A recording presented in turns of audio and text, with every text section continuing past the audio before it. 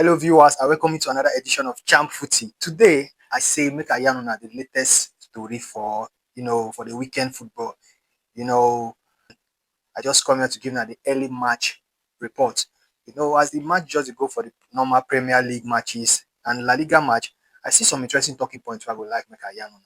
I mean, like just the concluded matches we saw how Chelsea match ended. Actually, I didn't expect Chelsea to, Chelsea kind of whitewashed uh, a very inferior Nottingham Forest side. This Nottingham Forest side, they have been winless in most of their matches. I mean, they have managed to win just one game in this campaign so far. And Chelsea capitalized on their lackluster performance and hammered them 3-0, even with a red card in that match.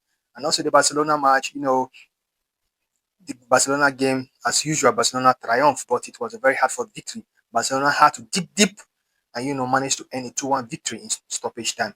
This game would have gone either way because this Barcelona side, I don't know what's really happening.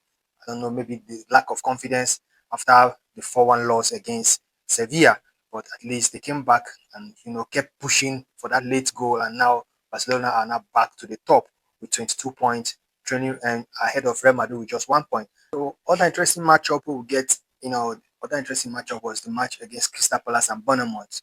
That match was such a cracker, a 3-3 draw.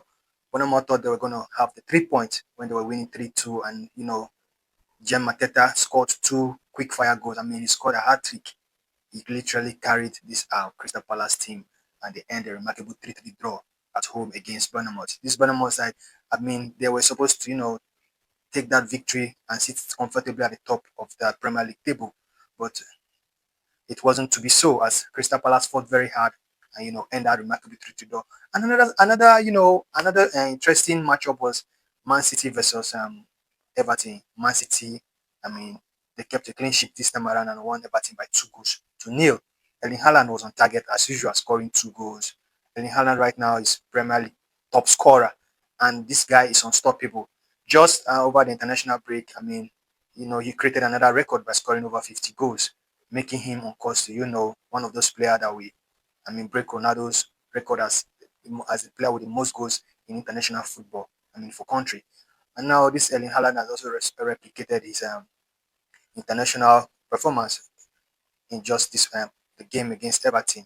And I believe that Erling Haaland is on form to to win the Premier League highest goal scorer at the end of this campaign. Let's keep fingers crossed. And right now, Arsenal are leading Fulham away by 1 goal to 0. Currently, Arsenal are top of the table.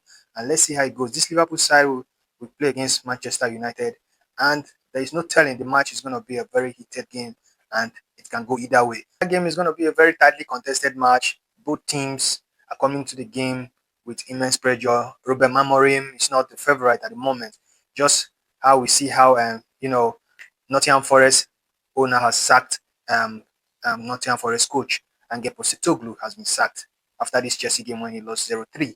And right now, even Ruben Amorim, his job is not guaranteed, and so he also needs to to win that match against Liverpool to give the Man United faithful and the owner form of some form of faith, so he can be able to they can still think he's on the rebuilding process.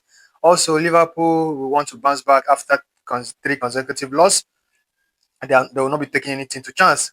Mohamed Salah will be back from international duty. Likewise, Hugo Ekitike and Alexander Isak. And it's going to be, the front three of Liverpool going to be a deadly front three. Manchester United are not lacking firepowers in the attack. They have their new signing. They also have Bruno Fernandes in midfield, who is also doing amazingly well. And Manchester United are no pushover in this game. And by my prediction, I think no matter what happens, Liverpool is still going to make a victory. They might just end a 2-0 or 1-0 win over Manchester United. And so these are the analysis for today. I'll join you tomorrow by this time and also give you the match results and also some analysis. Thank you very much. Please don't forget to follow, like, and subscribe to the favorite channel, Champ Footy, where we bring you all the latest sport updates and the theory. As it be now.